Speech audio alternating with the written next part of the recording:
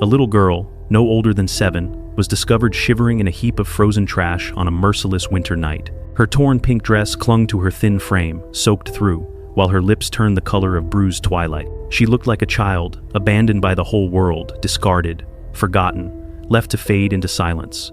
No footsteps echoed near, no voice called her name, until a faint cry, so fragile it could have been mistaken for the wind, reached the ears of a patrolling officer and the German shepherd that walked faithfully at his side. What unfolded next was not a simple rescue. It was the ignition of something larger, a fight for truth in a town that liked to bury secrets, for love in the life of a man who thought he'd lost it forever, and for a second chance that a little girl never dared to believe she deserved. This isn't only about survival. This is about family, the kind you never expect, and the courage of a dog who refused to step back, even when danger came closer than anyone imagined. But before we begin, let me ask you, what city are you listening from tonight? Because our story begins in Springfield, Missouri, a town that fell quiet after dark. Streets emptied. Shop windows reflected only the cold light of the moon. The hum of interstate traffic whispered in the distance. Midnight was for sleep, for most. For Officer Ethan Cole, it was another night bound to duty. Another stretch of hours filled with the monotony of patrols, stacks of paperwork, and the kind of loneliness that wraps around a man like an old coat. Ethan was 38, tall, broad-shouldered, built like someone who had once believed in better days. Now he moved like a shadow. His deep brown hair, streaked with gray, was cut short for efficiency. Faint stubble lined his jaw, and his hazel eyes, once bright with warmth, had dulled over 10 years of carrying grief too heavy for words. His wife, Melissa, and their little boy, Caleb, had been gone since a car accident that split his world in two. Since then, Ethan lived as though he were still breathing, but not truly alive. Colleagues respected him, even cared in quiet ways, but no one really reached him. Ethan wasn't cruel. He was simply unreachable. The only soul who never asked for more than he could give was Rex, his loyal German shepherd. 6 years old, weighing in at 85 pounds of disciplined muscle and intelligence, Rex's black and tan coat gleamed even in the pale streetlight. His amber eyes burned sharp, alert, unblinking. He was a tracker, a guardian, trained to face down chaos without hesitation. But with Ethan, there was something softer, a quiet bond. Rex could sense the heaviness in his handler's silence, respond to the faintest flick of his hand. And on this night, he would be the first to hear the cry that would change everything. Because what Ethan believed would be another routine night would end with a child's life in his arms, and the startling truth that someone out there wanted to make sure she was never found alive. The dog had a notched ear from a scuffle with a stray years ago, but it only added to his character, a reminder that loyalty sometimes meant scars. On this particular night, the city's landfill sat silent at the edge of Springfield. The sprawl of trash heaps and rusted metal bins lit by a handful of flickering floodlights. The wind carried the bitter smell of rot mixed with detergent, the sourness of forgotten things. Ethan parked the cruiser near the fence line, the engine ticking as it cooled and let Rex out.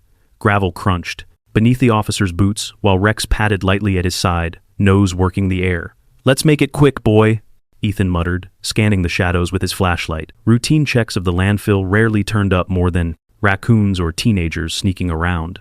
But tonight, the air felt different, thicker, as though holding its breath.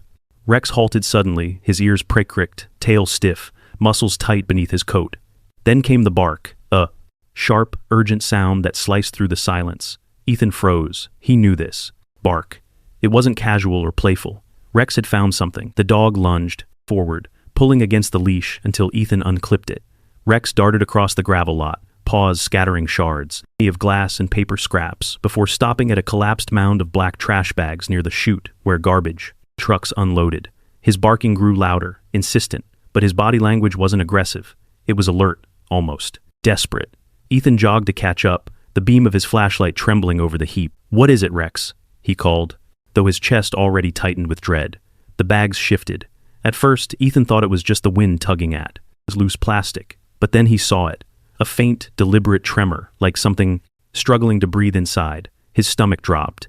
He crouched, pulling on a pair of gloves from his belt, and tore at the knot of one nylon sack. The plastic was damp, the stench almost unbearable, but Ethan ignored it, ripping the seam wider. What lay inside wasn't trash. Curled into the smallest ball imaginable was a child, a little girl thin as a reed, her face smeared with grime. She wore a faded pink dress, ripped at the seams, clinging to her like an afterthought. Her bare feet were scratched and purple from cold, drawn tightly against her chest. Strands of matted brown hair clung to her cheeks, framing a face too fragile for this place. For a moment, Ethan could only stare, his pulse roaring in his ears. The scene blurred into memory. His son Caleb's laugh, his wife's smile in the passenger seat, and he had to clench his jaw hard to stay present. Rex wed softly, lowering his head until his nose brushed the edge of the bag, his body vibrating with restrained urgency. The dog knew he had pulled them to life. Itself. Ethan leaned closer. The girl's eyelids fluttered, revealing hazel eyes. Dulled by exhaustion, barely able to focus. Her lips parted, chapped, and trembling. And then came the sound. Not a cry, not even a plea, but a whisper so faint Ethan thought he'd imagined it. Mama. The word broke the night like glass shattering on concrete. It was small, fragile, almost lost to the wind, yet it cut deeper than any scream. The child's voice carried all the loneliness of being discarded, the desperate memory of comfort she no longer had. Her tiny hand twitched toward the air, as though reaching for someone she hoped was still there. Ethan's throat closed for a heartbeat. He couldn't move, couldn't breathe. Rex edged closer, letting out another whine, and the girl's fingers brushed the fur at his neck, clinging as though it were the last anchor she had.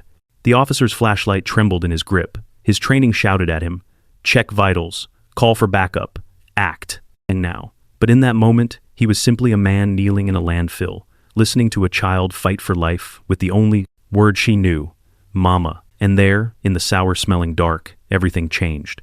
Ethan's breath caught as the word Mama still hung in the air like a ghost refusing to leave. He didn't hesitate. Now. With steady but trembling hands, he scooped the frail child from the nylon bag, holding her as if she might shatter. Her body was light, terrifyingly light, her skin cold and clammy against his uniform. She whimpered once, then fell silent, her head lolling weakly against his chest. He pulled his heavy-duty police jacket around her tiny frame, wrapping her in layers of warmth she no longer had. "Stay with me, sweetheart," he whispered, his voice softer than he'd used in years. Rex pressed in close, circling them once, ears pinned forward, and eyes fixed on the child, as if he too understood the fragility of the proof. A moment. The wind cut across the landfill, carrying with it the sour stench of garbage, but all Ethan felt was urgency. He rose quickly, clutching the bundle against his chest, and hurried to the cruiser. Rex trotted at his side, keeping his flank pressed to Ethan's leg, his body language taut with concern. Inside the patrol car, Ethan laid the girl across his lap for a moment while starting the engine, then cradled her against him as he pulled onto the road. The heater blasted, but it would take time to fight the cold that had already crept too deep into her bones. He pressed the radio, his voice clipped, but urgent. "Dispatch, this is Unit 1-2. I've got a child approximately 7 years old, severe hypothermia. Request. Immediate medical assistance at station or clinic. Over." Static crackled. "Copy. Unit 1-2. Advise nearest medical. Dr. Miller?" Ethan snapped. "Laura Miller." "Send word, I'm inbound." As the cruiser sped through the empty streets, blue lights flashing, Ethan looked down at the girl's face. Her lips were tinted blue, her breath shallow. He tightened the jacket around her, holding her against his chest, as if his own body heat could coax life back into her. Rex shifted forward from the back seat, pressing his head between the bars of the divider. He rested his muzzle gently against the girl's arm and let out a low whine, a sound both soothing and urgent. The girl's tiny hand twitched, then weakly found its way to the thick fur at Rex's neck. She clung to him as though he were the only stable thing left in the world. Ethan felt a lump rise in his throat. He had seen death before, too, many times, but nothing compared to the sight of a child slipping away in his arms. "Not tonight," he muttered under his breath. "You're not leaving tonight." His knuckles whitened around the steering wheel as he pressed harder on the accelerator, praying silently. Something he hadn't done since his wife and son were taken from him, that this child would survive. The roads blurred. Storefronts and empty gas stations flickered past. Somewhere, a stray dog barked, a sound quickly swallowed by the siren's wail. Ethan glanced down again. The girl's chest rose and fell in. Shallow gasps. Her eyes fluttered, then closed. "Stay awake, sweetheart. Stay. With me." He spoke as though words could tether her to life. Rex wed again, more insistent, licking the child's fingers where they clutched his fur through the divider. By the time they reached the police station, Ethan's heart was pounding harder than the siren. He swerved into the lot, tires screeching against the concrete. Several officers on night duty rushed outside at the sight of his lights. One of them, Officer Mark Jennings, a younger man in his late 22nd, with sandy blonde hair and a nervous energy, ran toward the cruiser. "What happened, Cole? Out of the way!" Ethan barked, already climbing out with the girl in his arms. "Get Dr. Miller here now." Jennings froze for a moment, his wide blue eyes falling on the bundle in Ethan's arms before fumbling for his phone. Ethan didn't wait. He strode straight through the station doors, his boots echoing on the linoleum floors, Rex at his heels. The girl stirred faintly, a tiny whimper escaping her lips, and Ethan pressed his cheek against her forehead. She was ice cold. Too cold. Within minutes, headlights flashed outside and a car pulled up fast. Doctor, Laura Miller emerged carrying a worn leather medical bag. Laura was in her early 42nd with auburn hair tied back, in a neat bun and lines around her green eyes that spoke of both laughter and late nights tending to patients. She was of medium build, graceful in the way of someone long accustomed to moving quickly under pressure. Her skin was pale from years spent under the fluorescent lights of her small-town clinic, but her presence radiated calm. She had been Springfield's family doctor for nearly 2 decades, known for her non-nonsense approach and her fierce compassion. When she stepped into the station lobby and saw Ethan with the child in his arms, her lips parted in a sharp gasp. "Good Lord, Ethan, bring her here quick." He followed her to an empty desk cleared hastily for use as a treatment table. Laura set her bag down, hands already pulling out blankets, a stethoscope, and heating packs. "Tell me what happened," she demanded, her voice brisk but steady. "Found her in the landfill," Ethan replied, his voice tight, stuffed inside a trash bag. She was barely breathing, cold as ice. Laura's eyes flicked to the girl's face. She pressed 2 fingers to the child's throat, her brow furrowing. "Pulse is weak. Hypothermia definitely might be. Dehydration, too. We'll need to warm her slowly." Ethan laid the girl down as gently as if she were glass. Rex immediately curled on the floor beside her, eyes locked on her tiny form, his body tense and protective. As Laura worked, slipping a thermometer under the child's arm and wrapping heated blankets around her, Ethan stood back, his fists clenched. He had carried victims before, but never had one clung so desperately to Rex. Never had he felt the fragile weight of life balanced against time so clearly. The girl whimpered, shifting weakly, her fingers brushing Rex's fur again. The dog lowered his head to the edge of the table, letting her hold on, his steady presence like a lifeline. Ethan watched, and for the first time in years, something broke through the walls around his heart. He felt it in the way his chest ached, in the way his eyes burned despite himself. Watching that child clutch Rex as though he were her only hope, Ethan realized he wasn't just carrying out a duty. He was watching a life cling to love, however small and unexpected, and it stirred something inside him he thought had died long ago. The station was hushed, except for the low hum of the heater and the scratch of Dr. Laura Miller's pen as she finished her notes. The girl lay bundled on a cot in one of the empty offices that had been turned into a temporary infirmary. Her breathing had steadied, though it was shallow, and the pale blue had faded from her lips. Ethan stood against the wall, arms crossed, his eyes never leaving the child. Rex lay on the floor beside the cot, his head on his paws, but his ears flicking at every sound the girl made. The dog had refused to move, even when Laura suggested he wait outside. Laura, who was tidying up her bag, glanced at Ethan. Her auburn hair had slipped loose from its bun during the long night, and strands curled around her pale face. She was a woman in her early 42nd, who carried herself with the confidence of years in medicine, yet the tenderness in her green eyes betrayed how deeply she felt the suffering of her patients. "She's stable for now," Laura said softly, pulling a blanket higher over the girl's shoulders. "But she'll need food, water, and a safe place to rest." Ethan gave a single nod, jaw tight. "I'll see to it." Laura studied him for a moment, then shook her head faintly. "You always think you can carry everything yourself, Ethan.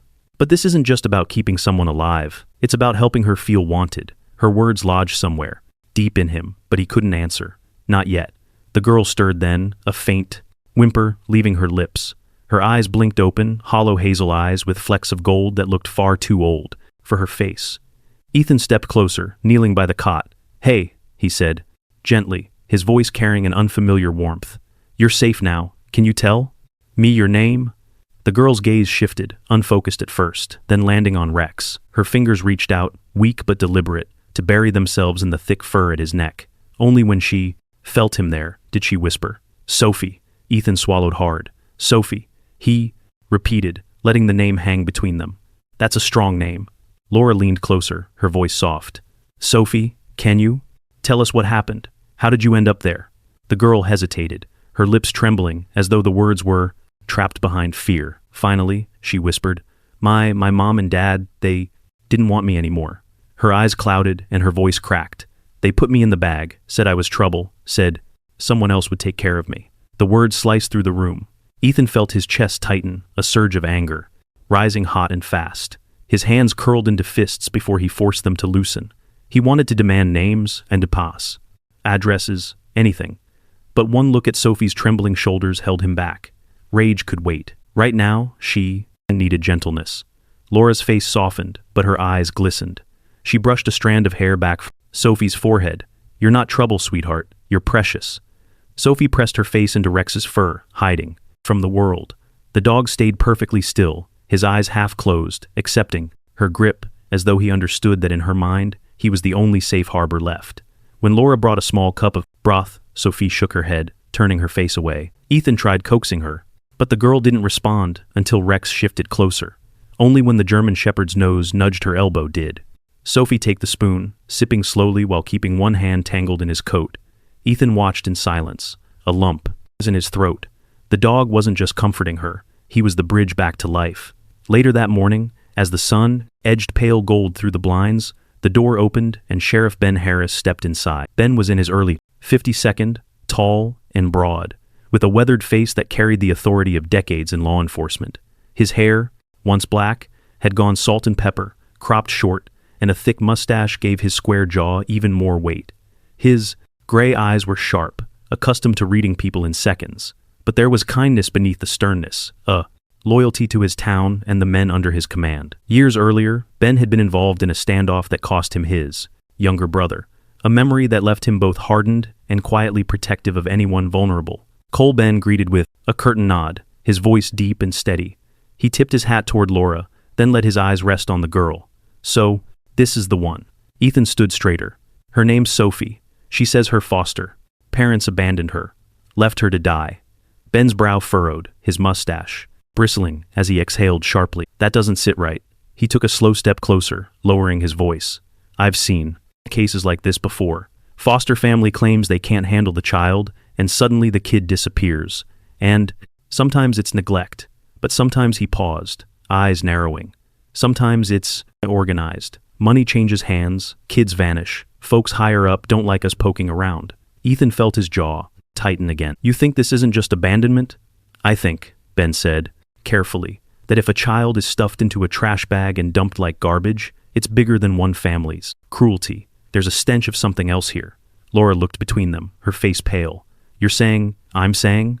Ben interrupted gently. "We need to tread carefully. If there's a network behind this, we're dealing with people who will go to great lengths to keep it hidden." Sophie had turned her face back into Rex's coat, her small hands trembling against the thick fur. Ethan knelt beside her again, brushing her hair gently away from her eyes. "You're safe, Sophie," he said softly. "No one's going to hurt you again. Not while I'm here, not while Rex is here."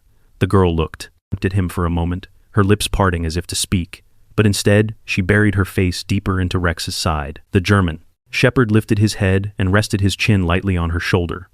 A guardian carved from muscle and devotion.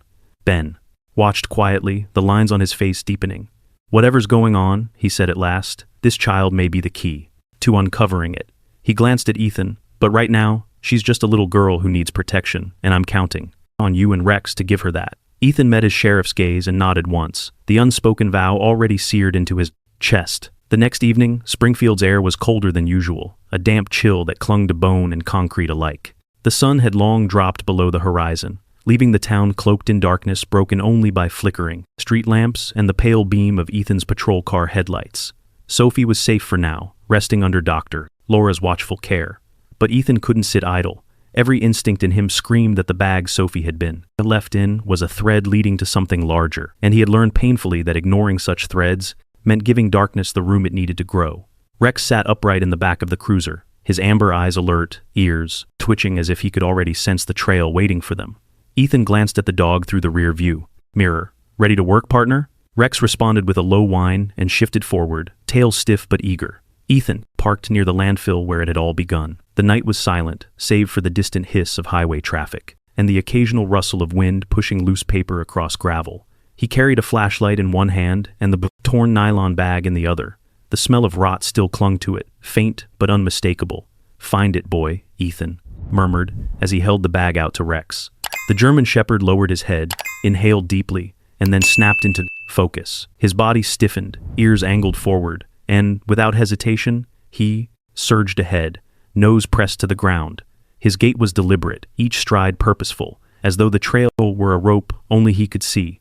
Ethan followed close, boots crunching against the gravel, his heart pounding. The dog led him beyond the landfill fence, across a weedy lot littered with rusted barrels, and toward the outskirts, where Springfield gave way to stretches of scrubland and forgotten roads. After nearly 20 minutes, Rex slowed near a row of derelict buildings, auto shops, long abandoned after the highway bypass had choked off traffic. Their windows were boarded, painting, and graffiti scrolled across the doors. Rex stopped at the largest building, an old garage, whose sign had once read, Wytor's Auto in Repair, but now hung crooked, letters faded and rusted. The dog pawed. At the door, nose pressed against the crack as he winded low in his throat. Ethan tightened his grip on the wire. Flashlight. The building loomed in the dark, its roof sagging like a tired shoulder. He pushed the door open, the hinges shrieking in protest, and the beam of his light cut through layers of dust. The garage smelled of mildew and gasoline, long evaporated. Workbenches lined the walls, their tools missing, and a single bulb swayed overhead, barely alive. But it was the far corner that made Ethan's blood run cold, piled. There were small clothes, tiny shirts, faded dresses, socks no larger than his thumb. Beside them sat empty formula cans, bottles with cracked nipples, and torn baby blankets. On a table nearby lay stacks of paperwork, some half burned, others scattered across the floor, forged birth certificates, falsified adoption documents, and intake forms with names scratched out. Ethan's jaw clenched. He knelt, lifting one of the papers, the flashlight's beam, trembling as it revealed details of children who were never meant to disappear. This wasn't just neglect. This was organized, deliberate. Behind him, Rex paced, ears flat, body tense, as if he sensed the gravity of what they had uncovered. The dog's nose brushed against the pile of clothes, and he let out a sharp bark, as though demanding Ethan look closer.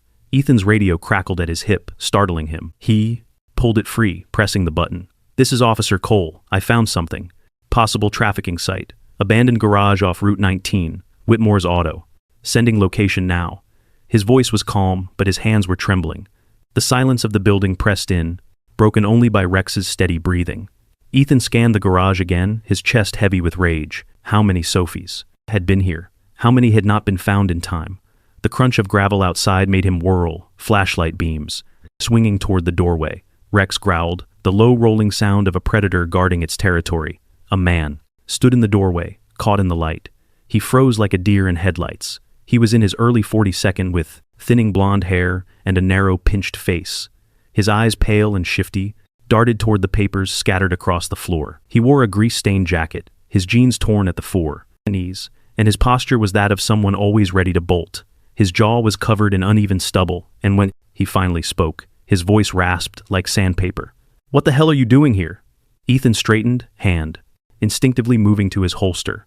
"Police, step inside slowly." The man's eyes flicked again toward the paperwork, then back to Ethan.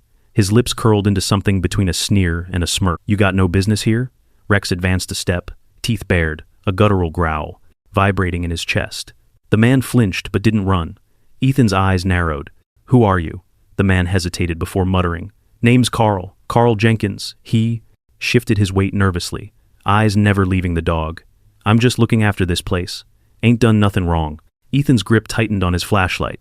The name rang faintly in his mind. Jennings had mentioned a Jenkins, connected to Sophie's foster family during background checks. He took a step closer, voice low but firm. "You're lying. You've been here before. You know exactly what this place is." Carl's smirk faltered, and he backed toward the door, but Rex lunged forward, barking sharply. The man froze. Ethan's radio hissed again, dispatch confirming backup en route. He kept his eyes on Carl, heart hammering. "We'll see what the station has to say about you," Ethan said. His words were calm, but the fury in his voice left no doubt. And as Rex stood, guard, teeth flashing in the dim light, Ethan knew they had just stumbled onto the dark vein of something far more sinister than abandonment. The interrogation room at the Springfield Police Department was dim, lit by a single buzzing fluorescent bulb overhead. The paint on the cinder block walls was chipped, and the air smelled faintly of stale coffee and sweat. Ethan sat across the table from the man they had found at the abandoned garage, Carl. Jenkins looked smaller now than he had in the doorway of Whitmore's Auto. His narrow face seemed to fold in on itself, his pale skin blotched with nervous sweat. His thinning blonde hair clung in damp strands to his forehead, and his Gray-blue eyes darted restlessly around the room, never meeting Ethan's steady gaze for more than a second. His grease-stained jacket was draped over the chair, leaving his bony arms bare. He kept rubbing his hands together as though trying to scrub away something invisible. Ethan leaned forward, his broad shoulders casting a shadow over the table. "You were there," he said quietly. His hazel eyes glinted under the harsh light. "You delivered Sophie to that landfill." Carl's Adam's apple bobbed as he swallowed. For a moment he said nothing. Then his lips curled into a shaky half-smile. "I didn't want to. You think I liked it? But money talks." Ethan's jaw clenched. "Whose money?" The man hesitated, glancing at the one-way mirror on the wall, as if afraid of who might be watching. Rex, lying on the floor beside Ethan, lifted his head, amber eyes narrowing. The German Shepherd's body was tense, his ears pricked forward, reading the man as easily as a book. Carl finally broke, his voice cracking. "The mayor, Whitmore himself. He paid me to get rid of her." The words hit the room like a stone through glass. Sheriff Ben Harris, who had been leaning against the wall with arms crossed, straightened abruptly. The sheriff's salt and pepper hair gleamed in the harsh light, and the deep lines in his weathered face deepened further. His mustache bristled as he spoke. "Thomas Whitmore?" Carl nodded, his fingers twitching against the table. "Yes," said the girl was trouble. Said she could ruin his family's good name. Ethan's stomach twisted, his mind reeled back to Sophie's small voice, whispering, "Mama," in the landfill, her fragile body clinging to Rex like he was the only thing left in the world. He slammed a fist against the table, making Carl flinch violently. "You're telling me?" Ethan growled that Sophie was left to die because she embarrassed a politician. Carl raised both hands defensively. Not embarrassed him. His family. She's the mayor's granddaughter, his daughter's kid, Rebecca Witters. The room went silent. Ethan's breath caught. Ben's face hardened, his voice low and grim. "Rebecca, she's only 19. Carl nodded. "Miserably. Got herself pregnant out of wedlock. Mayor couldn't have that.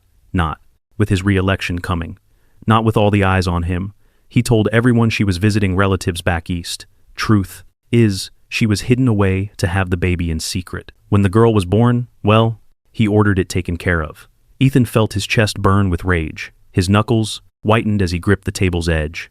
"So, he paid you to throw a 7-year-old child into the trash like garbage." Carl's voice broke. "I didn't kill her, I swear. I was supposed to.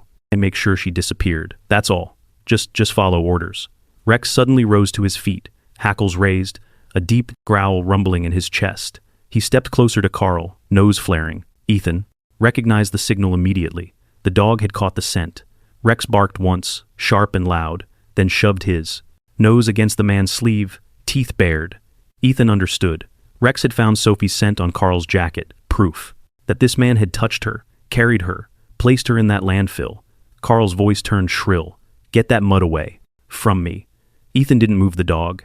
He leaned closer, his hazel eyes darkened by fury. "Rex knows the truth. You can't hide it." Sheriff Ben stepped forward now, his large frame filling the room with authority. "Carl Jenkins, you're under arrest for attempted murder, child endangerment, and conspiracy. And if what you've said about Mayor Whitmore is true, you've just lit a fire bigger than you can imagine."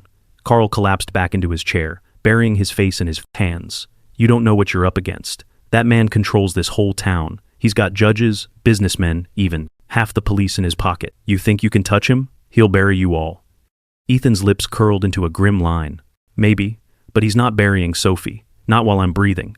Ben placed a heavy hand on Ethan's shoulder, steadying him, though the fire in his own eyes betrayed his fury as well. "We'll take this to the state investigators. This is bigger than Springfield now." But Ethan barely heard him. His mind was filled with Sophie's fragile face.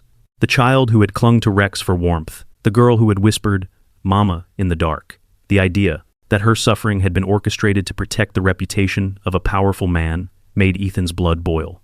Rex remained standing, his gaze locked on Carl as though daring him to move. The German Shepherd's body was taut, every muscle poised, his loyalty absolute.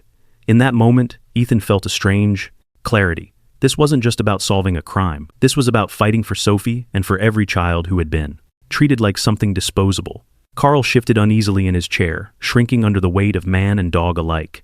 His voice fell to a whisper. "I did what I was told, that's all. If I hadn't, someone else would have." Ethan leaned in close, his voice a low growl.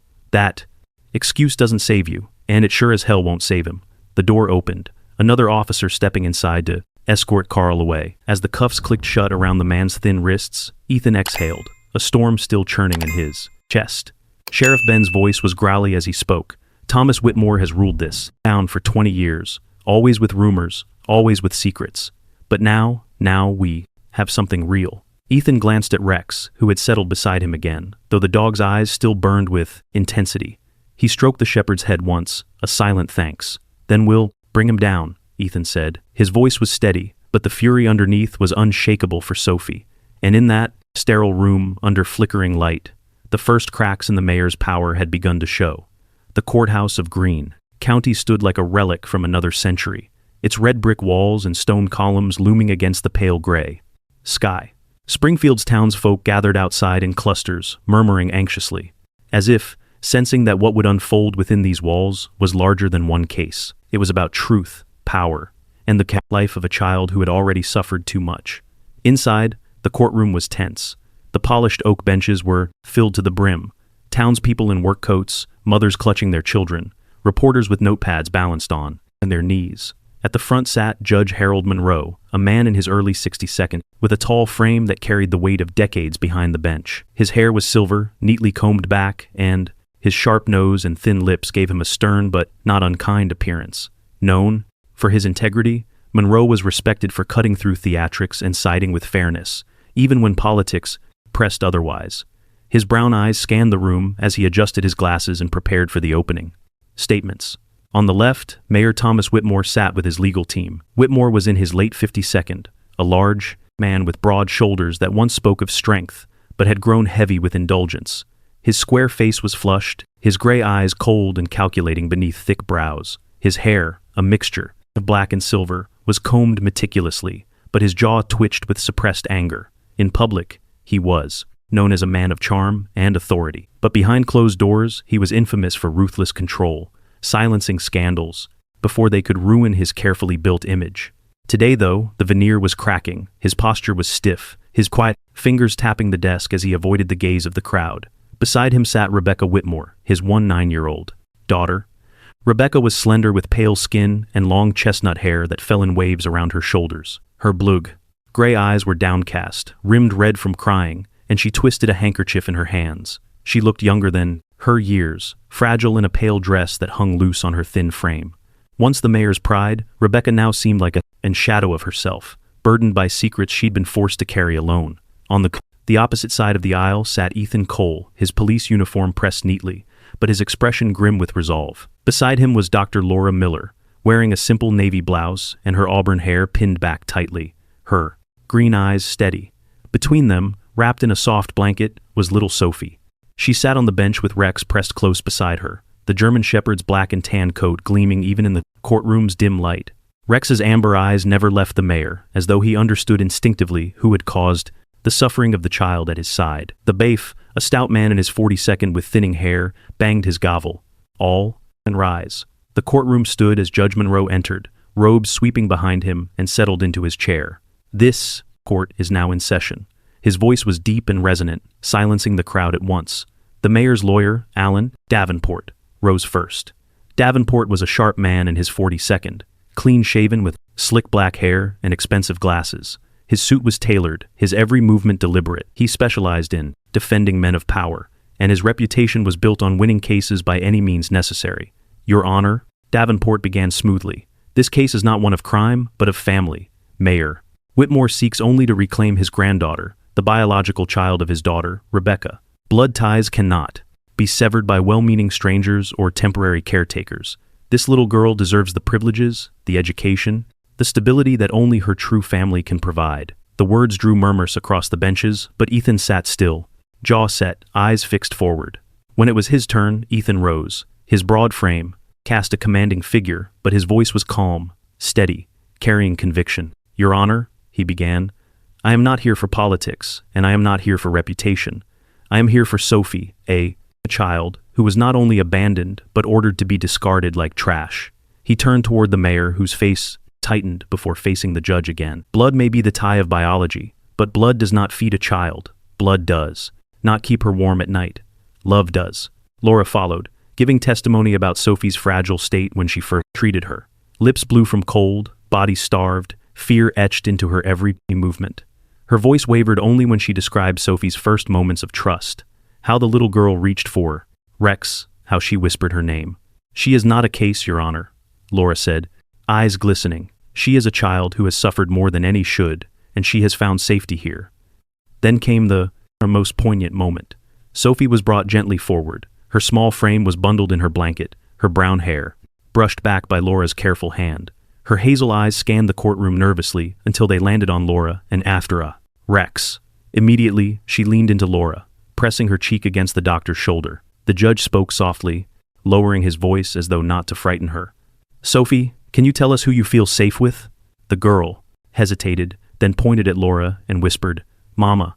Her little arms tightened around Rex's neck, and the dog stayed perfectly still, as though carved from loyalty itself.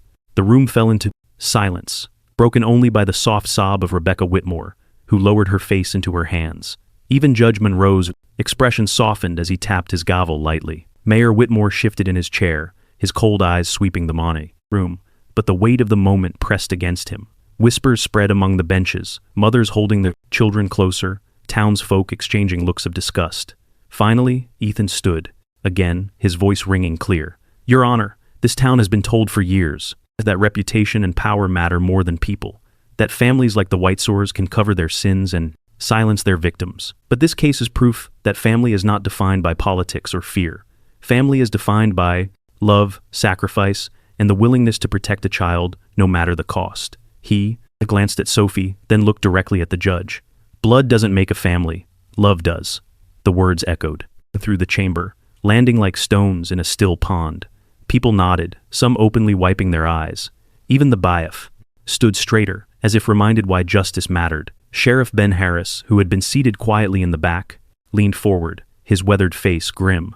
He had provided evidence from Carl Jenkins's testimony documents, proving that the mayor had ordered Sophie removed. Now, with Sophie's whispered mama and Ethan's declaration, the people of Springfield finally saw the truth laid bare. Mayor Whitmore tried to rise, his booming voice filling the chamber. "This is an outrage. That child is mine by blood. My granddaughter belongs with her family." But his words fell flat. The crowd that once revered him now turned their faces away. Murmurs grew louder, voices of anger and disgust spreading across the benches. Judge Monroe raised his hand for silence. His eyes, sharp and unwavering, turned to Whitmore. "Mayor, this court has heard sufficient testimony. The evidence of your involvement in attempting to discard this child will be passed to the state attorney's office. For now, it is clear that the best interest of Sophie lies not with those who abandoned her, but with those who fought to keep her alive." The gavel struck, sharp and final, and, with that, the courtroom knew. The mayor's power had begun to crumble. The courtroom was still humming after Judge Monroe's gavel had fallen the day before, the echoes of his words spilling out into Springfield like a fresh wind. For years, Mayor Thomas Whitmore had ruled with intimidation and charm, but now his mask was cracked. The people know. Longer looked at him with reverence. They turned away, whispering of betrayal, of secrets buried too long. For Sophie, though, the legal words translated into something far simpler. Safety. She no longer had to fear being cast aside like garbage. She belonged. The next morning, Judge Monroe reconvened briefly to formalize the guardianship. His silver hair glowed under the courtroom lights, and his brown eyes, though stern, softened when he looked at Sophie. "This court," he said in his growly voice, "recognizes Officer Ethan Cole as the legal guardian of Sophie Whitmore, with Dr. Laura Miller, named as co-erediker for matters of health and upbringing. It is the judgment of this court that the best interest of the child lies in their care." The words felt heavy and final, but to Ethan they also carried a lightness he hadn't felt in years. Ethan stood tall, his broad shoulders squared, hazel eyes steady even as his throat tightened. Laura, auburn hair pulled back neatly, squeezed his hand under the table. Sophie sat between them, swinging her little legs, clutching Rex's collar with one hand. The German shepherd sat tall and proud, amber eyes shining, as though he understood the role he had been given: protector, brother, sentinel. At the far end of the room, Rebecca Whitmore broke down. She had been pale all week, her chestnut hair often falling into her tear-streaked face, her blue-gray eyes dimmed by shame and grief. But now her sobs filled the courtroom. Rising unsteadily, she approached Ethan and Laura. "Please," she whispered, her thin hands trembling as they clasped in front of her. "I don't want to take her from you. I know I don't deserve her trust, but she is my daughter. May I see her sometimes?" May I try to be someone she can rely on? Her words quivered in the air, and the room grew still, Laura's green eyes softened, compassion overriding formality. Rebecca, she said gently, Sophie needs people in her life who love her for who she is. If you are willing to fight your father and stand on your own, then yes, you may visit, but she will know the truth that her safety came from love, not secrecy. Ethan nodded, his voice steady but firm. Sophie deserves more than a name hidden behind shame. If you want to be in her life, you'll need to prove that you can be the kind of mother she can depend on. Rebecca broke down again, falling to her knees briefly before Laura knelt beside her, helping her rise. I will, she promised through tears. I will not let him control me again. Rex gave a low, approving whine, as though punctuating the fragile new vow. Sophie, not fully understanding, but sensing the emotion, reached out from Ethan's arms and touched her birth mother's cheek. Don't cry, she whispered. Rebecca closed her eyes, pressing her lips to the tiny hand. 6 months later, Springfield looked different. The mayor's scandals had fully unraveled. State investigators had stepped in, contracts had been revoked, and families who had once feared him now openly condemned him. His empire of intimidation had crumbled. Ethan and Laura, meanwhile, had found a rhythm neither of them had expected. Ethan's life, once measured in long, lonely shifts and heavy silences, now filled with laughter, spilled toys, and small footsteps running across hardwood floors. Laura, who had once sworn to avoid the pain of attachment after losing her own baby, rediscovered joy in motherhood through Sophie's trust. Rex thrived as well. The 6-year-old shepherd had taken his role as guardian with the solemnity of a soldier and the gentleness of an older brother. He slept by Sophie's bed each night, nudging her awake from nightmares, and barked whenever strangers approached the house until Ethan assured him it was safe. Sophie often wrapped her arms around his thick neck, whispering secrets only a loyal dog could keep. Rebecca came by, once every 2 weeks, bringing books or small handmade gifts. She had cut ties with her father and moved into a modest apartment, working part-time while finishing her education. Though Sophie still clung to Ethan and Laura, she no longer turned away from Rebecca with fear. Slowly, carefully, bridges were being built. The town gathered again one bright spring afternoon, not in a courtroom this time, but in the small, white church on Main Street. The steeple bell chimed softly as the wooden doors opened, revealing a wedding unlike any the people of Springfield had ever seen. Ethan stood at the front in a simple navy suit, his tall frame looking both strong and nervous. His hazel eyes, once haunted, now glowed with quiet hope. Laura walked down the aisle in a modest ivory gown that flowed softly around her. Auburn hair, loose and gentle, waves, her face radiant in a way no one had seen in years. But it was Sophie who stole every heart. At 7 years old, she wore a pink dress dotted with small white flowers, her brown hair brushed neatly with a crown of daisies. In her little hands, she carried a basket of petals, and Rex walked proudly at her side, a ribbon tied loosely around his collar. When the preacher asked if anyone objected, Sophie suddenly shouted, her voice bright and clear, "Mama, Papa!" She clapped her hands and tossed petals into the air with unrestrained joy. The entire congregation erupted in laughter and tears all at once, the sound echoing like music through the church rafters. Rebecca sat in the third row, tears streaming silently down her cheeks. But this time, they were not of shame. They were of gratitude that her daughter had not only survived, but had been chosen fiercely and without hesitation by people who truly loved her. The vows were spoken simply, but the meaning carried weight. Ethan promised not just loyalty, but the courage to build a home. Again, Laura vowed to nurture, to heal, and to never turn away from love again. And Sophie, though still too little to grasp the depth of what was unfolding, sealed the moment with a burst of laughter, scattering the last petals from her tiny basket at Ethan and Laura's feet. The church swelled with warmth, sunlight slanting through stained glass like heaven's own applause. When Ethan bent to kiss his bride, Rex barked once, sharp and triumphant, the sound echoing like a herald's trumpet. The congregation laughed, some wiping away tears, saying later it was the truest blessing any wedding could hold. That evening, twilight laid its quiet veil over Springfield. The newly bound family walked the familiar path home. Sophie skipped up the porch steps, Rex trotting close, tail sweeping the air like a banner of victory. Ethan and Laura followed hand in hand, two lives scarred by loss, now stitched together by love. From a child discarded among the trash to a flower girl radiant with joy, Sophie's journey had been carved through fire and shadow, yet polished by courage, faith, and grace. She no longer whispered, "Mama," into the darkness of fear. She shouted it now into the light of belonging. Her voice was strong, fearless, and answered. But just as the night settled, something unexpected broke the calm. Rex froze at the porch's edge, ears sharp, amber eyes narrowing toward the tree line. A low growl rumbled from his chest, not of fear, but of warning. Ethan stiffened, instinct alive again.